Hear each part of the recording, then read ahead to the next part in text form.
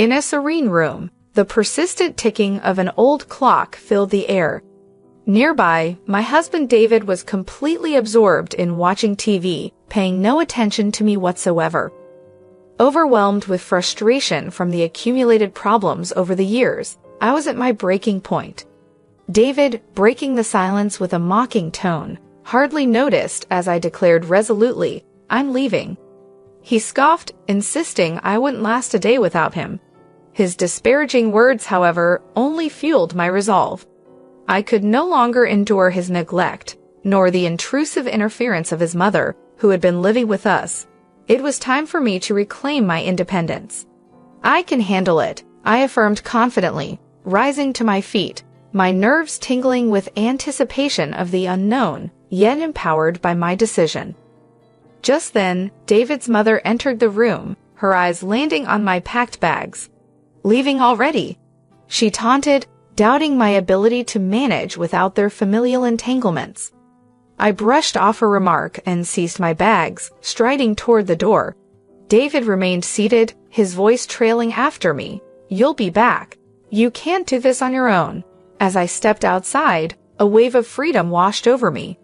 The cool evening breeze felt invigorating, lifting my spirits. I had no set destination, but for the first time in many years, there was a spark of hope. For 19 years, I had played the role of the compliant wife to David, feeling more like a convenience than a partner. My son Benjamin was a beacon of joy, yet he alone could not mend the emptiness I felt.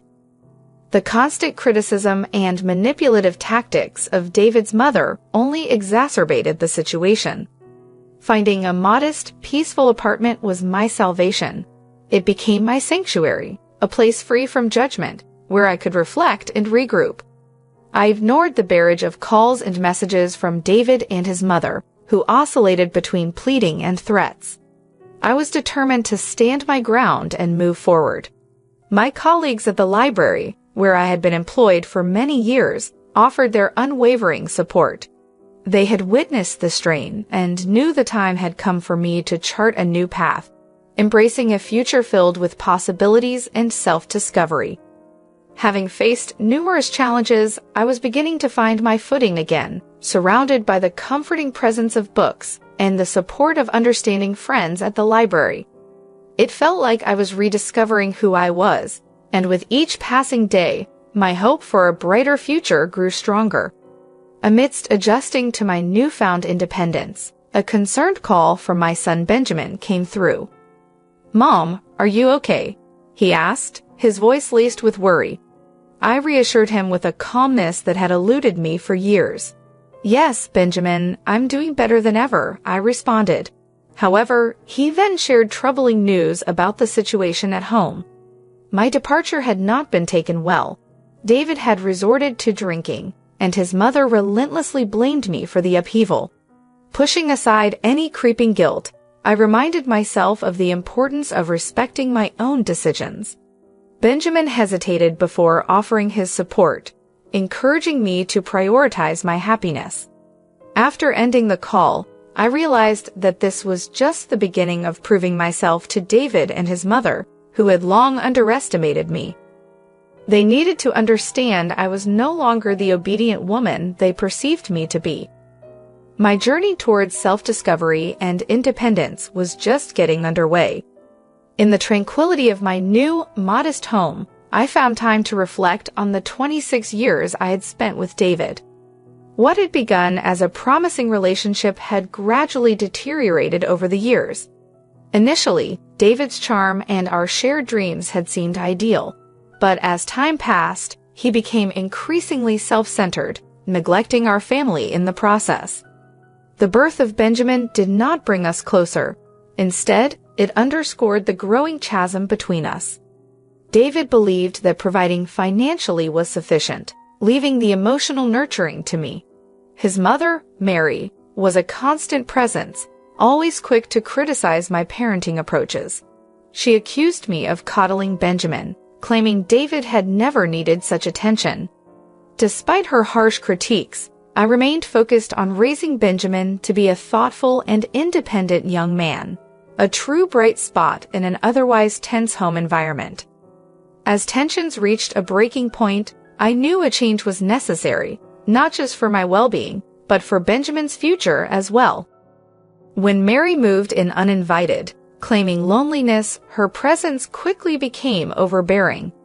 She criticized everything from my cooking to my clothing, subtly suggesting that David could have chosen a better partner. This new chapter of my life was dedicated to breaking free from years of control and rediscovering myself, a journey I had only just begun. Despite trying to overlook Mary's constant criticisms, what truly shook me was uncovering David's deceit. One day, I found bank statements that showed large sums being withdrawn from our joint account. It turned out this money was squandered on Mary's gambling habits and David's secretive splurges. Any attempt to confront them resulted in heated arguments, with David invariably siding with his mother. "She's my mom, Cheryl. She needs this," he would argue, brushing aside my concerns. The breaking point came when I overheard them scheming to take full control of our finances, effectively leaving me powerless in my own home. It was then I realized I could no longer live under their dominance. The day I decided to leave, I vowed to make them feel the pain they had inflicted upon me. My plan was straightforward yet impactful, to challenge their egos and regain control. I began by legally separating our finances, which caught David off guard. "What are you doing?" he demanded over the phone. "I'm protecting myself, something I should have done a long time ago," I replied calmly but assertively. Mary's reaction was even more volatile. "You ungrateful brat, after everything we've done for you," she screamed upon discovering the changes. However, I remained undeterred. The era of my submission had ended. Now, I was establishing my own rules, marking the beginning of their reckoning. After taking control of my finances, the situation escalated. David and Mary showed their true colors through their fury. Their attempts to intimidate me with angry phone calls were futile. "You think you're smart, Cheryl," David taunted over the phone. But their words no longer had power over me. I was no longer the person they once manipulated. I was now steering my own life, setting the stage for a future where I was in command, not them. "You're nothing without me. You'll come crawling back," David barked with confidence. "Not a chance, David. I won't let you manipulate me anymore," I replied, my resolve unshaken. Mary's threats were even more vicious. "You'll regret this, Cheryl. You've ruined our family." "There was no family to ruin, Mary. It was all a facade," I shot back. Despite their harsh words, I felt liberated. The fear that had once controlled me vanished, replaced by a steadfast determination for justice. It was time they faced the consequences of their actions. I began by reconnecting with old friends and revealing the deceit and manipulation I had endured from David and Mary. My honest revelations spread quickly, marring their once pristine reputations. David, who prided himself on his social image, was mortified. "How could you do this to me?" he demanded, genuinely shocked. "You did it to yourself," I replied calmly. "I'm just shedding light on the truth." Mary, too, faced backlash from the community. "You've made us outcasts," she accused, viewing the situation as a battle. "No, Mary, this isn't a battle. It's about taking responsibility for your actions," I told her firmly.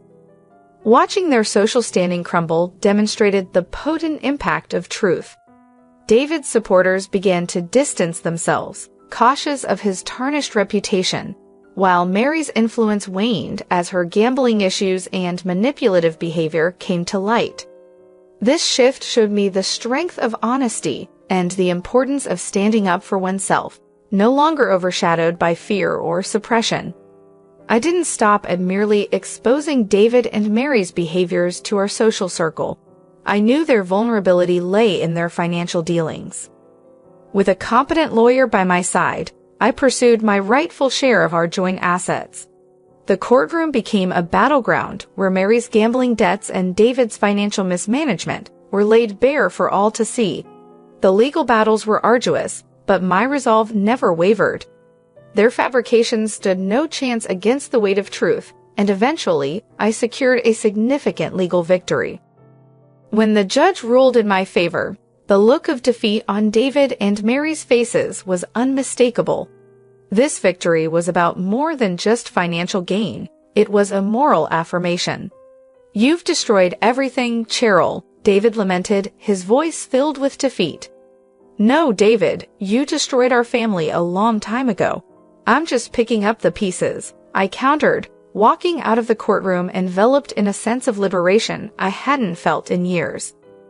This moment marked the beginning of a hopeful future, one unburdened by the past. After the court ruling, I embarked on reconstructing my life with the assets that were rightfully mine, distancing myself from David and Mary's toxic influence. They struggled to grasp the full extent of their downfall, but for me, it was the dawn of a new chapter, one characterized by independence and self-discovery. I was ready to embrace whatever lay ahead, freed from the constraints of their manipulation.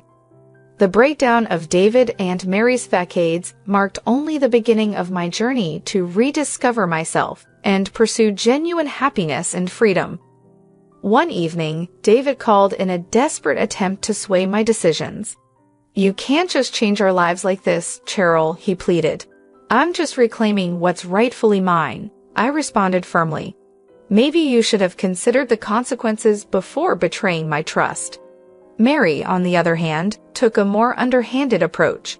She attempted to sway family members against me by casting herself as the victim. "You're tearing our family apart, Cheryl," she accused. Each accusation from them reaffirmed my decision to stand firm. Their attempts at manipulation no longer held any power over me. I was determined to live my life on my terms, free from their deceit and control. When we accidentally met at the grocery store, I firmly told David, this family was broken long before I left. My tone was steady, showing no hint of the turmoil that once ruled my life. Embracing my newfound freedom, I relished the control I had over my existence. To further distance myself, I changed my phone number and sought solace in volunteering at a local shelter, aiding those who had faced similar adversities. However, my battle for justice was far from over. I learned that Mary planned to challenge the court's decision, driven by her need to fund her gambling addiction. "You won't win, Cheryl. I'll make sure you pay," she threatened through a message relayed by a relative. In response, I fortified my legal defenses, ready to meet any challenge she might mount. The person who once shied away from conflict had now become a steadfast advocate for her rights. Meanwhile, David's situation deteriorated as the strain began to impact his career. His once pristine reputation was now sullied. "You've destroyed everything, Cheryl," he confessed during a rare moment of introspection. "You brought this on yourself, David. I merely brought the truth to light," I countered. As time progressed, I witnessed the unraveling of their once stable lives. Mary's attempt to overturn the court's decision was unsuccessful, leading her to financial and social destitution. David's professional decline continued. His reputation was irreparably harmed. Yet, observing their downfall didn't bring me joy. Although it was a crucial part of reclaiming my identity, it wasn't a source of satisfaction. My journey was centered on healing and rediscovering myself, far beyond the realm of their punishment. Regaining my independence and self-respect was a significant achievement, yet the scars from years of neglect and emotional abuse were still healing. As I rebuilt my life, my primary focus shifted to finding inner peace and happiness. My transformative journey led me away from the shadows of my past, guiding me toward a lighter, more peaceful future. I grew stronger and more resilient. My journey wasn't about revenge, but about freedom, a celebration of the human spirit's capacity to surmount adversity. Months had passed since the court ruled in my favor, yet the repercussions persisted. David and Mary had become estranged from their social circles, mere shadows of their former selves. Then, unexpectedly, Benjamin came to visit, bringing distressing news. Dad lost his job, and his drinking has gotten worse. Grandma lost everything to gambling, They're selling the house, he disclosed, the weight of his words undeniable. My heart ached for Benjamin. Despite the distance, familial bonds still pulled at my emotions. Did we do the right thing? Benjamin wondered softly. I reassured him, though with a heavy heart, that we had stood up for what was right. They had made their choices. I found no satisfaction in David and Mary's decline. Rather, it underscored the importance of living with integrity and respecting others. In the weeks that followed, rumors circulated about the sale of their house, marking the culmination of their decline. David struggled to secure employment due to his tarnished reputation, and Mary faced isolation as her addiction came to light. One evening, during a walk, I encountered David. He seemed utterly defeated, a different person from the one I had known. There's nothing to say, he muttered, a sentiment that reflected his defeat. This brief encounter was poignant, illustrating how profoundly our lives had changed due to the choices we had made. It was in these moments that I found true happiness, peace, and a sense of self that remained unshakable. My path had not been easy, but it led me to a place of genuine contentment, where the shadows of the past no longer dimmed the light of the present.